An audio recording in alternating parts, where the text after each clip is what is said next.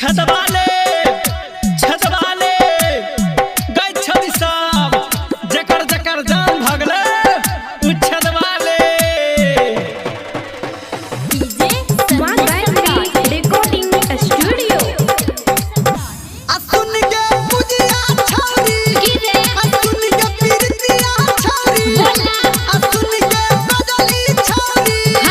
असुन के दुलिया छौरी गे माय हे गे घूमै छी हम टोला टोला अच्छा आ जहनै छी सब भेद तो बता ना आ देख सामान के आगा पीछा कहरै छी हम छेद गे माय की नाम छौरे तो सुन के छौरिया छदिया हमर नाम छदाल अपन दुनु कान गे छौरिया छदिया हमर नाम छदाल अपन दुनु कान दर्द नहीं हेतौ नहीं के दुखेतौ बात हमर मान गे छौरिया छदिया हमर नाम छदाल अपन दुनु कान गे छौरिया छदिया हमर नाम छदाल अपन दुनु कान बुझली गे गे माय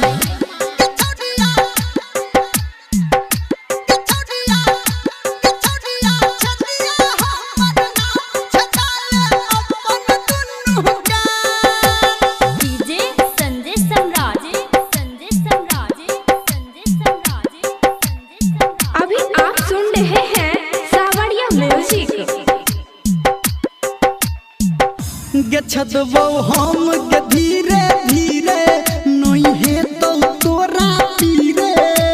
मेरी टट्टी बात खा देवे तब छदबौ हम गे धीरे धीरे आ नहीं हेतौ तोरा पीरे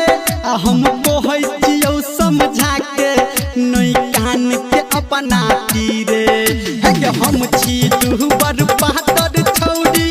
तू छी गे जवान गे छौरिया छदिया हमर नाम छदाल अपन दुनु कान गे छौरिया छदिया हमर नाम छदाल अपन दुनु कान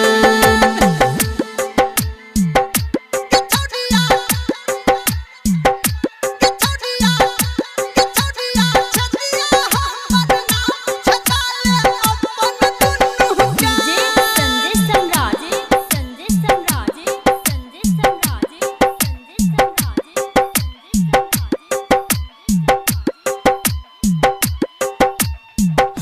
गे हम तो जाने छी जादू टोना नहीं लेबौ गे तोरा से सोना जो बुझै छियौ गे हम तो जाने छी जादू टोना नहीं लेबौ गे तोरा से सोना आ तू जे देबही हम रखबौ सुन सुन गे छौरी मोना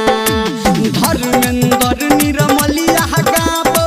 संतु करो बखान गे छौरिया छदिया हमर नाम छदाल अपन दुनु कान गे छौरिया छदिया हमर नाम छदाल अपन दुनु कान दर्द नहीं हेतौ नहीं गे दुखेतौ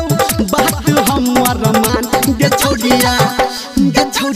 छदिया हमर नाम छदाल अपन दुनु कान गे छौरिया छदिया हमर नाम छदाल अपन दुनु कान छदाल न गे गे माय